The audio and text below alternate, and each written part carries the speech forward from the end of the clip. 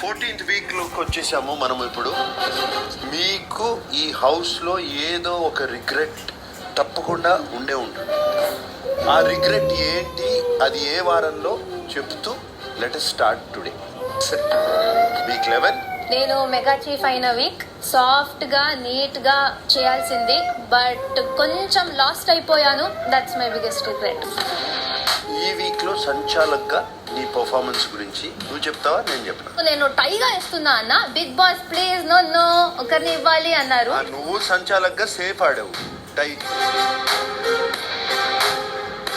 So సంచాలక్గా that's good performance. No, ఈ వారం Nikhil decision, is it right? నాకు నచ్చలేదు సార్. అది వెరీ ఈజీ ఆన్సర్స్ ఎత్తుకుంటాడు నిఖిల్. విష్ణు ఒకసారి సారీ తీసుకురా.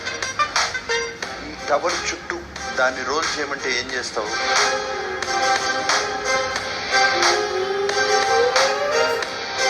నబీల్, సరిగ్గా చుట్టడం అంటే ఇది.